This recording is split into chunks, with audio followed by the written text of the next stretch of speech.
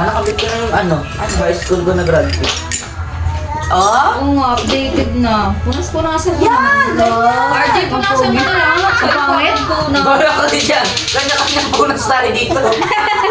RJ, Nakawasip ko, awasip! Ate Ilis, kiss mo si tita. Please hug din po. Hindi na kuya yung panot. Yan. Mama mo panot. Ito na yung batang makulit. Anak naman eh. Minsan lang natin kasama sila Ate Ilis eh. Okay, hug. Okay. Ganda-ganda ni Ate Ilis. O pagka. Tingnan ko. Ano na yung maasikaso pag nagtatrabaho Yung nga ka? eh. Ang tawag dito, simulan mo. So guys, bibili po kami. Na Ilis. Sabi mo, hello. Sabi mo, hi.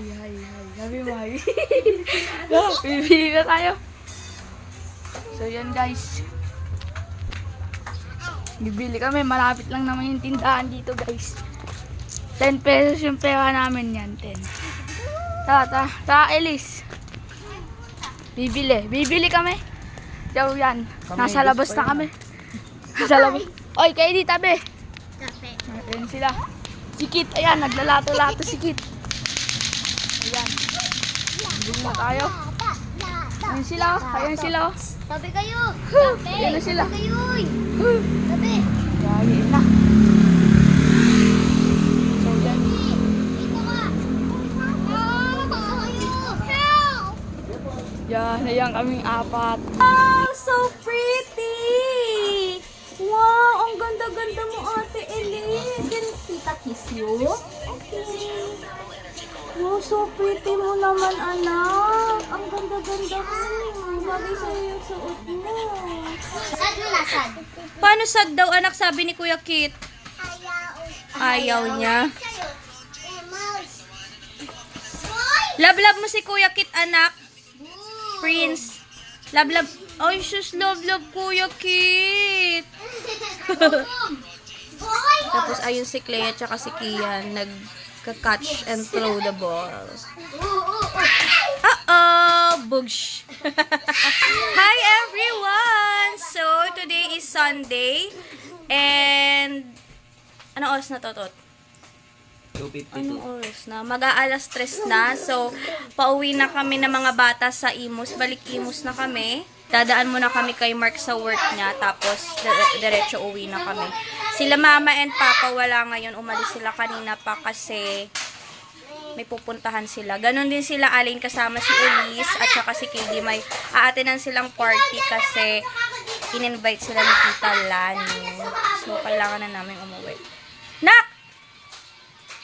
Hoy! Malaglag ka dyan, anak. Babay na ikaw kay Tito Away. Dali, kiss na Tito Away. Ako naman din. Hindi mo pinakita yung video, tanga? Open. Oh, babay ka muna kila Tito Away, kila Tita Pearl. Ayaw. Ayaw mo? Open. Kikis muna tayo kay Kuya. Sino ba kayo? Iya. Ay, si Kian. Kikis muna tayo. Dali na, babay na kayo. Sila ano? Bag. Bag. Bye-bye, Kuya. Hi, guys! So, time check, 7:30 na and andito na ulit kami sa bahay. Nakauwi na kami ng mga bata. Galing sa Laguna. Nag-commute lang kami kasi hindi namin kasama si Mark. Pero dinaanan namin siya sa trabaho niya bago kami umuwi dito sa Imo. So, ayan. Nag-ayos lang ako ng mga gamit namin and iaakit ko na lang sa taas. Pero yung bag na dala-dala namin na nilagyan namin ng mga damit namin is iniwan na lang namin kay Mark para siya na lang yung mag-uwi para wala na akong madaming bit-bit pa. Kasi sobrang hassle din. So, ayan. Habang wala tayo, may dumating tayong mga parcel na ikinagulat talaga at kinashock ni Mark.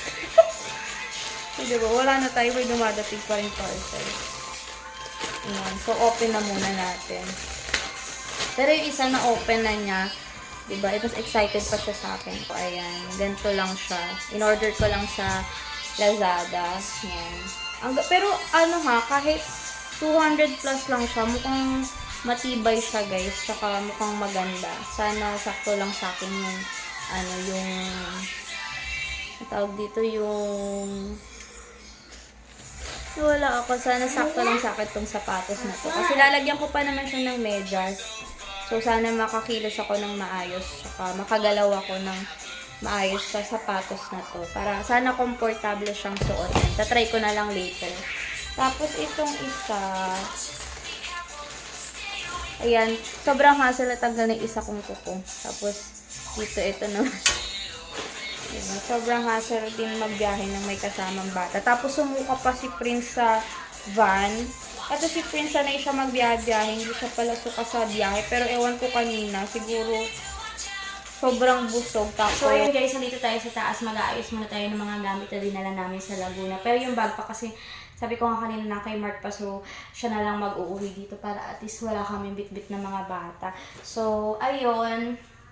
Share ko lang guys, no. Alam nyo, buti na lang talaga, hindi ko pinalagpas yung pagkakataon na umuwi kami ng Laguna kasi kumpleto kami magkakapatid nung birthday ni Papa. Tapos, nandun lahat ng pamangkin ko.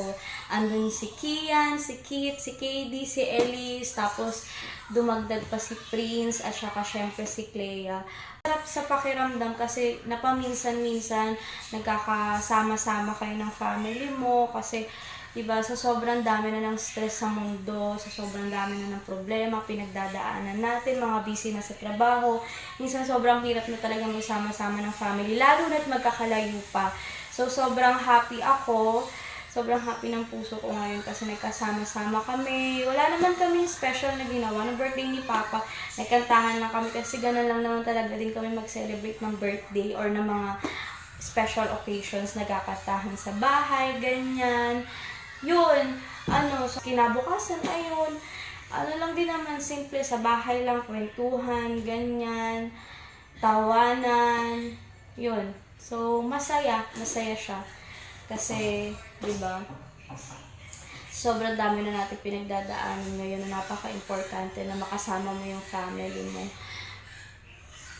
Yung makita mo na yung mama at papa mo, nakikipagtawanan sa inyo, yung ganun.